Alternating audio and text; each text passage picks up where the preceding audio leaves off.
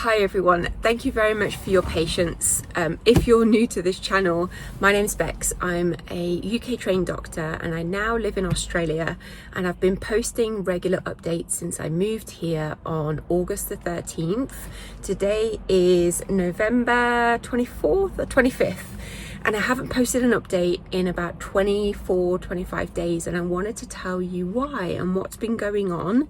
There has been a lot of changes, good changes, but it's just become very, very busy, very work focused, less about traveling, less about, having fun, and more about trying to set up a life over here. And as you can imagine, that takes a lot of time and effort.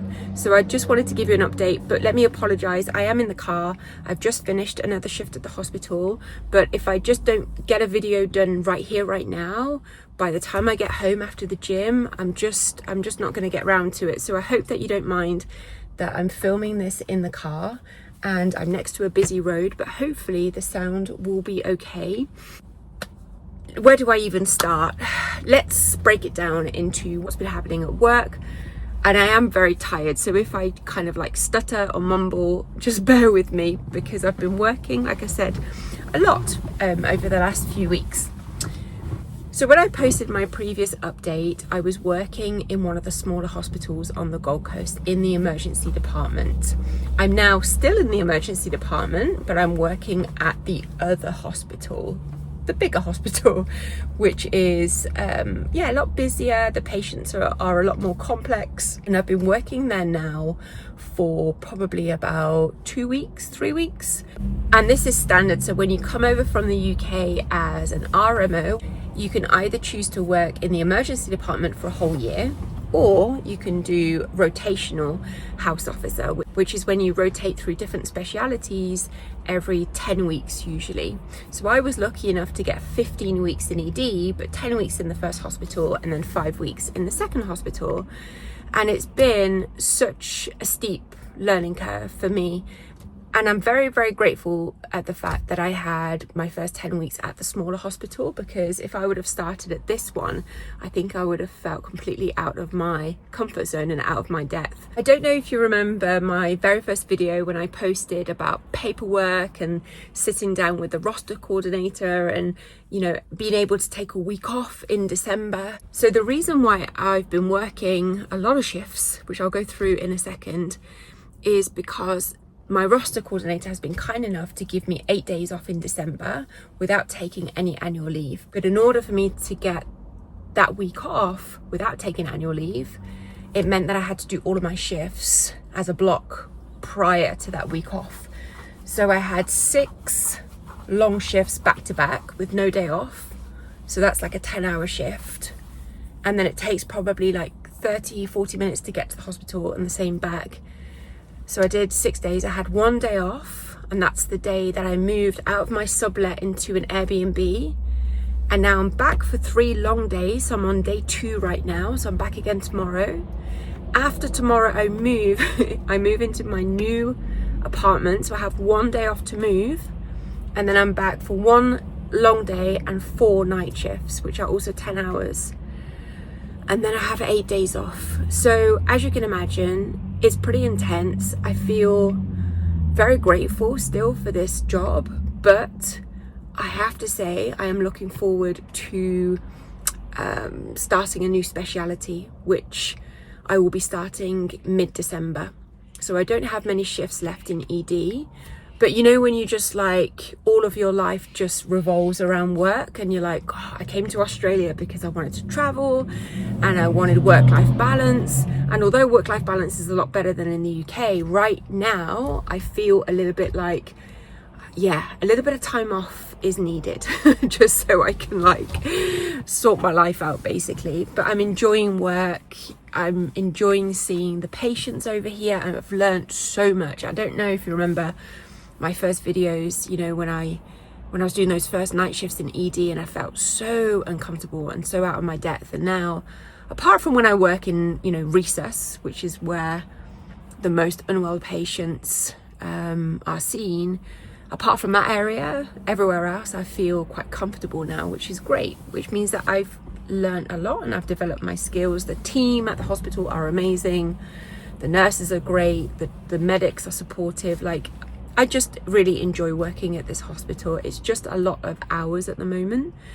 But apart from that, let me tell you a little bit about accommodation. So when I first came to Australia, I was lucky enough to find a sublet. So I stayed in the same apartment for the first 3 months. So yeah, I arrived on the 13th of August and it's now the 25th of November. So I haven't been here for that long. Then I moved out of that sublet to go into an Airbnb for 12 days, which is where I'm living right now. And then after tomorrow, I move into my new apartment, which I showed you on a previous video, but I'll give you like a full tour when I move in a few days. So what's gonna happen is on Thursday morning, because I've had to put stuff in storage as well, because I've only got that one day off to move, I can't really stay in the whole day because I'm waiting for deliveries. I'm waiting for my mattress, I'm waiting for a fridge, like it's just gonna be a bit chaotic, I think. But anyway, I bought some furniture and I bought a few bits and bobs that are now in storage. So I found this chap who has a van and he's gonna go and collect my stuff at storage, then come to my Airbnb, collect all of my suitcases, go to my new apartment, I'll pick up the keys and then I'll meet him there at 9 o'clock. And then hopefully things should start getting delivered throughout the day. So I ordered a sofa because I sold everything in the UK before coming over here. So I ordered a sofa, a bed, mattress, fridge freezer, a TV, and that's it. And then I was expecting everything to be delivered on the 27th. Like I said, my only day off, right? And then I got a message from the company saying, we're really sorry, but your delivery has been delayed. We can't deliver your bed. we can't deliver your sofa until the 2nd of December. And I was like, oh, so that means I'm gonna have to get another Airbnb because I'm gonna have nowhere to sleep, right? But then somehow, and I don't know why I was prompted to do this, but I actually had ordered the mattress from a different company. So it's just the bed frame that is not being delivered. So I can still sleep in the apartment. It just means that I'll be on the floor for a few days, and that's fine. I don't mind doing that. So the mattress is being delivered. It just means that the sofa, the bed frame are not being delivered until the 2nd. And I'm actually on nights, which is going to be a lot. Okay, this video is going to be a bit chaos, but we'll just go with it. So what I was saying was I'm going to be working nights for 4 nights basically, finishing on the 2nd, but the furniture is being delivered on the 2nd. So I asked my boss if I could have the 2nd off, and it's not possible. So it means that I'm going to be going home first thing in the morning after the night shift, probably about 9 or 10 o'clock in the morning, and then wait for that delivery to arrive. Hopefully they won't arrive before 9 because deliveries in Australia can be like 6:30. So yeah, I don't know, there's just a lot going on in terms of like organizing moves and stuff. And then I was thinking, because I've only got that one day off to organize everything, I'm not going to be able to like, you know, pop out and buy stuff from IKEA or the supermarket because I'm waiting for 2 big deliveries on that day as well. So I'm just hoping that they will arrive first thing in the morning. Then I can go out and buy all of the stuff that I need and then come back and unpack, and then I'm at work the next day. And again, it just wasn't possible to get any more time off. So I think when you're on your own in a foreign country and you're trying to set up a life from scratch and you're working full time, it's a lot. And in a way, I think perhaps it would have been better in hindsight to move into my own apartment before I started work. And if I would have the option to go back, I would probably have just rented an Airbnb for a few weeks and then moved into my permanent accommodation before starting work, because yeah, this is just, it's a little bit stressful, but I'm just going with it. And if I get a call or an email to say, you know, we can't deliver on this day, or things change, or things don't happen in the way that I want them to happen, then there's no point in getting frustrated. That's not going to change anything. I just have to go with it and just keep showing up to work. So I've got one day left tomorrow, working 7:30 a.m. until 5:30 p.m. And like I said, on Thursday morning, I have to get up, be ready and leave the Airbnb to pick up the keys by like 8:30. So it's not too early, but I'll probably try and get a gym session in beforehand because the gym at the moment is keeping me sane. And then I will show you the new apartment and I'll show you, yeah, just the whole move, and we can unbox some of the stuff that I've bought together. And I'm actually just really looking forward to having my own place. And it's been such an adventure, hasn't it? Living in somebody else's apartment for that amount of time, and now living in an Airbnb, which I will show you in a second. It's beautiful.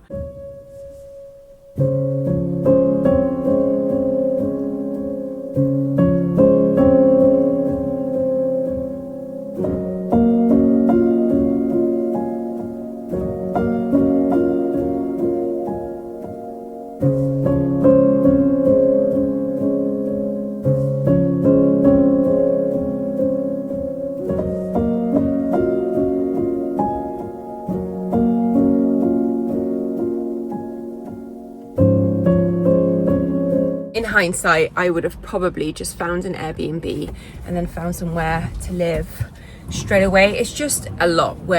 If I had a partner, I don't think it would have been this stressful, but because I'm doing everything by myself, yeah, it's a lot. But anyway, it's all good. We'll just go with the flow. So that's accommodation, work, and then what else have I got to tell you? So in terms of time off, I actually have a week off coming up in December, which I'm so looking forward to. And I'm actually just going to take that week to stay on the Gold Coast and to make my new apartment feel like a home, because up until that week off, I'm just literally going to be in and out because I'm working pretty much every day, and I can't wait just to have some time off in my own home. Don't plan to fly anywhere, don't plan to go anywhere. I just want to stay and explore the Gold Coast, because initially when I first arrived, like I showed you on those videos, I didn't work for the first 3 weeks because I was waiting for my visa. But since then it's been pretty hectic.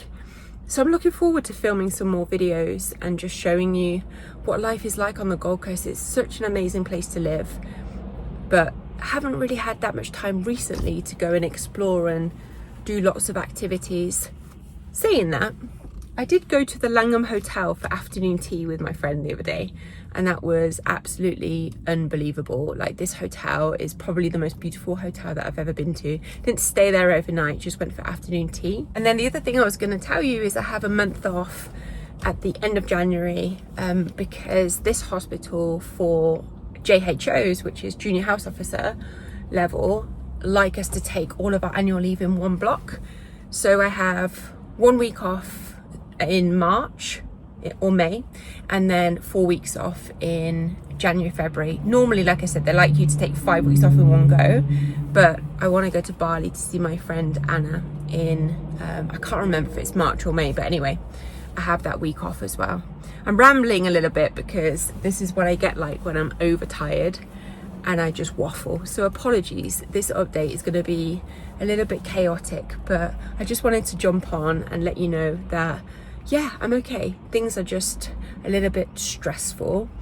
I also decided to start dating again in Australia because I don't know whether I've shared this, and probably not a good idea to share my personal life on social media, but let's just say that I've been single for quite a number of years, and I decided that I would, yeah, put myself out there. However, the one and only date that I've had so far did not go too well, but it taught me a lot, or it reminded me of something that perhaps we all need reminding of from time to time. And I won't go into detail about the date itself because that's irrelevant.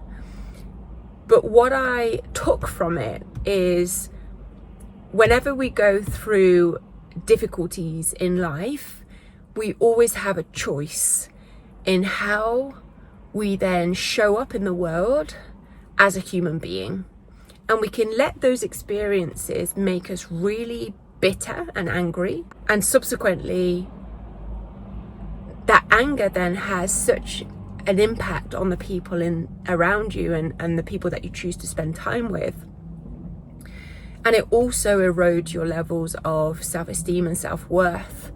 And you forget who you are, right? You forget how powerful you are. You forget that internal love that we all have, because it's just overshadowed by this anger and this hatred for life. And I think when we can look at our experiences and the things that we go through and see them from a place of gratitude and say, you know what, I had a really difficult time and I went through this, that, and the other, but I'm choosing to see those experiences from a place of love, and I'm taking the lessons from them and not the pain, and then ripple out all of that love, unconditional love, instead of hate. You not only feel better as a human being, but you have a huge impact in a positive way on the people around you. And I think the reason that I was supposed to meet this particular person that I had the date with is to remind me of that choice, and to remind you also of that choice. And I think it really has such a negative impact when we carry so much bitterness within us. That's not who we're designed to be. At our core, we are all made of love, and that is just who we are. And the things that make us forget that are when we start to carry, you know, that conditioning and painful lessons. We have to learn to see those things as blessings. And I know it's really difficult to do. I really do get that. But if we don't process stuff that happens to us, like, you may not know this because you might be new to the channel, but I grew up in the care system, had a lot of challenging experiences growing up. But you have to look at those and say, what did I learn from them, and who am I now because of those experiences, and how can I bring love to the world and love to other people that need it, who perhaps are also having those similar experiences, rather than showing up like a victim and saying, you know, I'm just angry and I'm just bitter, because it will affect your health. It will affect your mental health, physical health, emotional health.